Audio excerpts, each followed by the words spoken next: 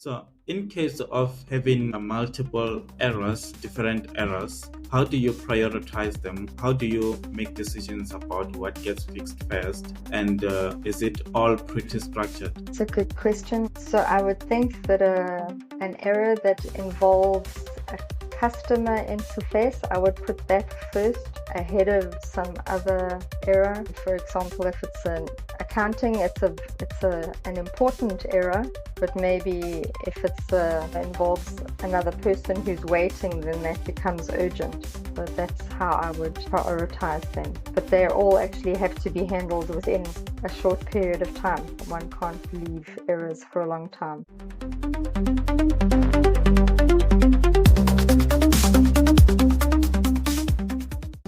The digital tides are turning in South Africa. Here, the code dictates the very fabric of the days to come, written line by line. Join me as we unveil the stories and decode secrets shaping this digital revolution. Discover hidden careers and unlock your inner tech potential.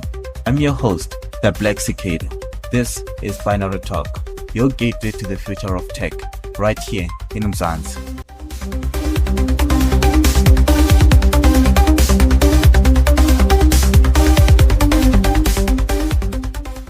You can start by saying your name and what you do. My name is Juanita Prinsloo, and I do integration support. Can you explain what you mean by integration support? More like giving us a bit about what your day-to-day work looks like. So, for example, if there's a sales software on one side and accounting and financial software on another side, and they need to communicate to each other, then the integration is the bit in the middle. In the case where I work, it's provided by Azure Logic Apps in between. So that means dealing with more like errors coming from failed requests to logic apps, functions, data factory, etc. Those failures could be caused by bad data being provided or less often software errors. What are some of the common types of errors that you encounter? Actually, the most common error is rate limiting. It's neither data nor software, but it's a, what do you call it? It's the fact of life is to the volume of messages is too great. Any particular challenging errors that you recently had to troubleshoot and what actually made it more difficult? Makes it difficult sometimes is when people don't understand that their system might be the source of the error. Sometimes there is bad planning and also lack of understanding about what requirements were requested. And then, so the most recent error that I couldn't solve was actually that it was reported that there's an error, but there was no error because that condition wasn't catered for. So when you say the condition wasn't catered for, you mean more like error handling for that particular error. It was not implemented. No, it wasn't about an error. It was a section of work that had not been put in the requirements. So a certain type of work wasn't catered for.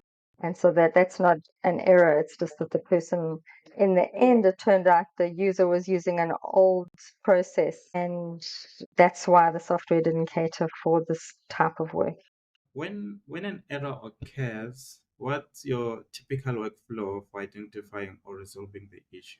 My first step is to open the Logic app, see which action in the Logic app had the error and what input was provided and what error message is being shown. So then I can report to the user this error message, this data, and let them evaluate what they want to do next. Do you have some sort of a tracking note that you have that helps you know if this error had occurred before and how can you resolve it? Yes, it's always good to have that kind of tracking, just a record of common errors and what was done before, because then immediately you know how to respond. Sometimes you don't need to investigate anything. You can report it immediately because it's a recurrence of a same situation. All right. Have you ever resubmitted something more like from the service bus? Because I think that's where most errors are being captured, more like in dead letters. Have you ever Yes. resubmitted something and realized that that wasn't the fix? How do you handle those moments? Yes, I have. But there is good error tracking. So if I've resubmitted something in error, then it's not a disaster, fortunately. With so many systems working together, do you ever find yourself connecting the dots between different services to resolve an issue? And how do you keep track of it all? How I track is just by history and then to know which errors, because sometimes you have to say that there's a certain increase in a certain kind of error and then report that to somebody who can solve that problem. For instance, if in a certain system, say there's rate limiting a lot, then people need to know where the problem is. So record keeping has helped with that. Okay, so in essence, there are types of errors. There are errors of which you can just solve yourself, and there are errors which they are more like a process based or a system based, of which you have to escalate the matters to that particular individual to solve the Yes. error. Yes. So errors sometimes have to be referred to, in my case, the warehouse or the accounting users who will need to update information. Or I must refer to software development, someone who understands what should be happening and why the input is no longer what is expected. Because sometimes people have not reported changing situations. How do you determine the root cause of an error, especially when it's not immediately obvious? Sometimes I can't determine the root cause. I can determine where that it's not, say, an integration problem. That's as far as I can get, that the integration is working correctly. And then I'll know that the root cause is in one of the source systems. And that's when I escalate it. What's the trickiest error you ever had to deal with, and how did you manage to solve it? It is a very good question. I can't at this moment think of an answer. Maybe let me look in my record. On the flip side, what's the moment when when everything clicked and you walked away thinking, yeah, I nailed that? Yeah, sometimes when you are faced with the same thing again and it's very quick to understand the situation. So then once you understand both, like what the integration is trying to achieve in a certain place, then that is satisfying to be able to recognize the same error again. Takes a while sometimes. From your perspective, which edge of service is the most reliable and which one do you think causes the most headaches? So did you say Azure service? I haven't had the experience of an Azure service causing headaches. Yeah, the logic apps and functions are very reliable. And I also have to monitor call it data factory, and that seems also to work very well. So I don't know about headaches. Those three things that I've seen have all worked very well.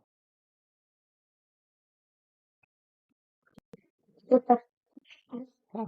Simple life. Do you have anything that, any tips that you may give to people who are monitoring services such as you and how to handle errors to make their lives much easier? I think because in my case, I am monitoring queues in a service bus, so it's just regularity. Sometimes it can get boring to do the same things over and over, and so yeah, having a good schedule also.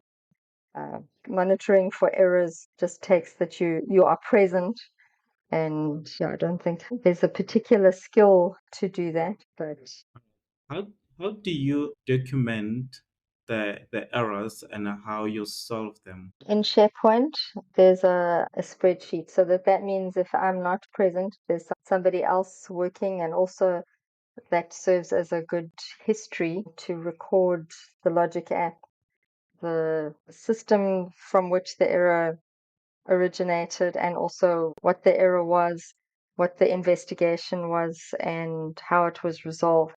SharePoint is a good place because then that means it's available to other people. Okay, so this document is shared amongst the developers and any other person responsible for building or maintaining the systems. That's right. With a consistent stream of errors, how do you stay motivated when dealing with them? It does help to relate to the real people who are trying to do their jobs. So I'm fortunate to work with some friendly people, and so that motivates me then to help them achieve what they're trying to do during the day.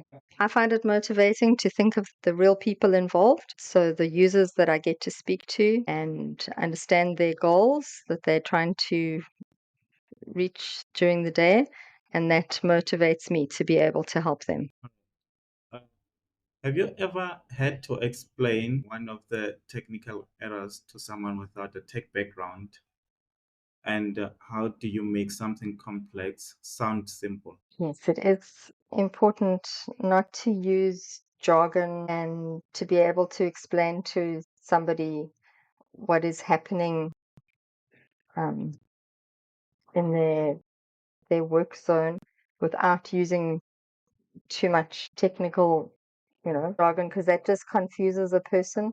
And if you can explain it in simple English, then it does help people to relate their process to the software side. Does this role also apply or allow you or give you the opportunity to deal with other issues, other support issues like creating users in the Active Directory and VPNs and stuff? Yes, this role has allowed me to do that, to be making groups and users, and just in a simple way. Also, I've been provided some training to connect people to the software that they must use for data transformation.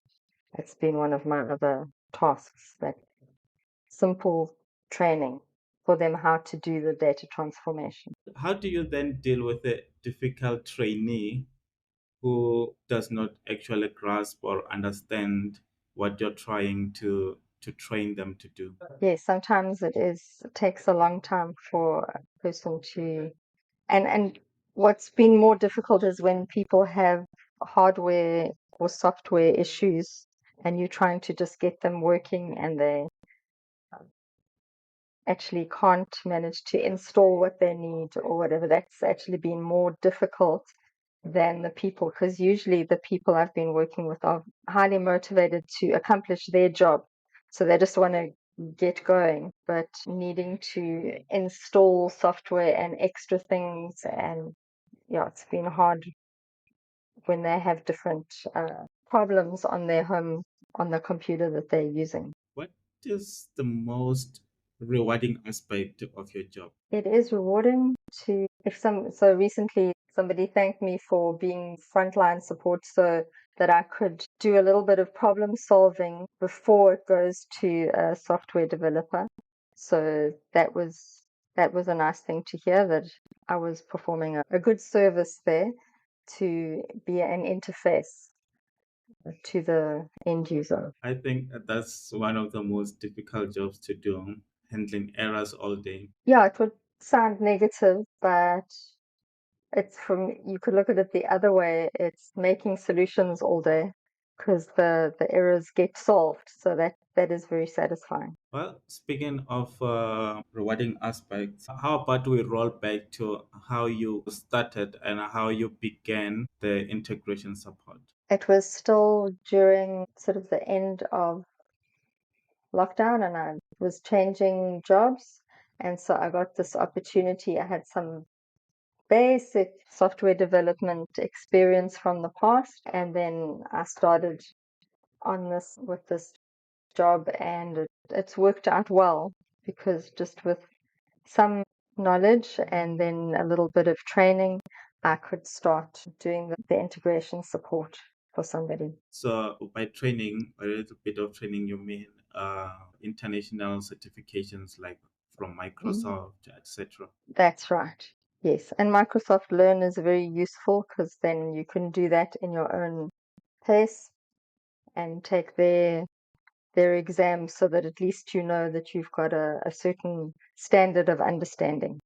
So that means that anyone with maybe the foundational knowledge of technical aspects in IT, they can just grab the certification and get started with integration support. Yes, I would say anybody who has some technical knowledge will be able to start on that learning path. I mean, sometimes you have to read or study something a couple of times if it's totally new to you. But even on YouTube and other places, you can find supplementary information and basically start on this path. Sounds like a lot of what you do involves preventing small errors from turning into bigger problems. So, Yes. what's your strategy for staying ahead of things before they actually escalate? I don't know if I can stay ahead of things because sometimes when there are too many errors, it's because of some kind of failure, server failure, or an upgrade that wasn't properly communicated. So some of these errors it's not possible to stay ahead of, but then, yeah, one can ask that the next time there is a certain upgrade or whatever to be informed or even to switch off some logic apps so that then the errors don't arise. So, in case of having multiple errors, different errors, how do you prioritize them? How do you make decisions about what gets fixed first? And is it all pretty structured? It's a good question. So I would think that an error that involves a customer interface, I would put that first ahead of some other error. For example, if it's an accounting, an important error, but maybe if it's involves another person who's waiting, then that becomes urgent. So that's how I would prioritize them. But they all actually have to be handled within a short period of time. One can't leave errors for a long time. What if the errors you're trying to solve, none of the people have ever experienced them? Do you document them and send them you did tell that to send them to someone who maintains or who created the app or the services? Then, if they can't solve them, for an example, let's say the errors are in service bus, they're dead letters, then they can't be solved as yet. So you just leave them as dead letters and move on to solving the other errors. Yes, that has happened. And then sometimes it can happen that then the dead letter is never resolved and the user has to redo some process or restart something, and then the dead letter gets abandoned and can be deleted. Where do you see the role of integration support evolving with the increasing adaptation of cloud technologies and serverless computing? Well, I would hope that integration support would become more and more automated. This kind of error support that should be more automated. So then that a person who's doing integration should be doing other things, and maybe this is what I'm currently doing. I don't think in the future that there'll be a person doing this. You need to now be equipping yourself with AI. Correct. Or different. I think that AI, and as development increases in error trapping, this could develop so that there isn't a person monitoring errors the way I do. What's the most surprising or unexpected thing you have learned in your role? Yeah, surprising to me is sometimes that even big companies don't have like a good plan for the future. Something that is surprising because that I don't know how to say it. That sometimes people are making it up as they go along. It's surprising to me that, I don't know how to express this. The lack of, sorry, I'm struggling with this concept. How comfortable are you working in a fast paced environment with deadlines? Like you mentioned before, with errors coming in, if there's multiple errors, then that means you're going to have to prioritize them, then solve them within a short space of time. Yes, so what makes that easier to do is if you have a good method of communicating the errors, because in the end users, people who work using those systems are responsible for doing their jobs. So I'm responsible for communicating. So that's very important, not to let something slide and to inform people as soon as there is some kind of an issue that I can see. If if you could pick just one Azure service to never throw an error again, which one will it be and why? The most I see is logic apps. So yeah, if they somehow could roll back and push back to the source system that you have an error and never report an error, that would be great. What is it that you think other integration support specialists should be equipped with to dealing with errors in the future? I think it would be good if a person in my position actually had good training on both systems that are being integrated, and then that would really help to not have to always escalate to another support person to look at something. But I realized that that's maybe too much to ask for because there are so many systems to integrate. But if one was experienced on both ends of the integration, that it would be make life much easier. Adding to that, what will be one thing that you can change while dealing with your errors or with systems that would make support much easier? Now, what would make support much easier would always be to have to know what were the requirements, because I mean there's so much documentation and huge systems. So if it would always be easy to know what were the requirements and what should be happening. But I think because of the scale and because I'm not experienced with both systems on either side, I don't sometimes know what is the source of the error, and that's why I have to escalate it. What are some of the common mistakes that you think happen within the realm of integration and support together? The mistake that you could be making or someone from the integration side creating the systems could be making. Like recently, I thought, because I could not find information, I was querying the logs, and the mistake I was making was not to consider the idea, that the problem was not in the integration, because that's my focus. Then I always expect the problem to be in the integration. So, and usually it's not.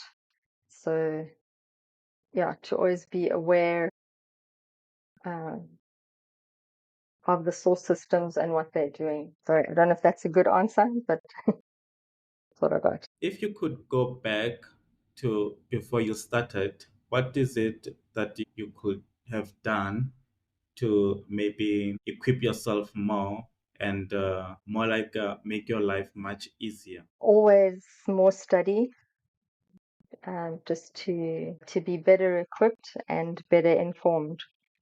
So there's always more that one can read and study. Right. We're closing in. What's the worst advice you've ever received, and what's the best advice you've ever received? I haven't got much bad advice in my life. I don't know, maybe it's the people I ask. Good advice is life advice is to concentrate on what your priorities are. It's very important to do well at your job, but I mean, you also have to concentrate on what your goals are. So I think that the best advice I've received is how to balance jobs and life goals and how to try to concentrate on what is priority in life. Do you have any favorite quote that keeps you going? Favorite quote. Yeah, I know a proverb, but it says something like, a person who is grateful has a constant feast.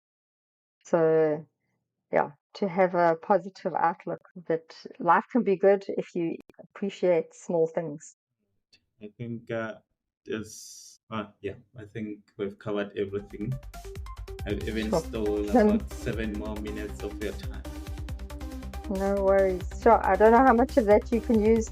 Some of those were really not good answers, but your questions were excellent. Do you have a list of those questions? Because I would like to think about some of them. Those are pretty good. Yeah, I can send you the list of these questions. Yes, thank you. I'd appreciate that. All right. Thank you for your time. Cool. Thanks, Timakatsu. Have a great day.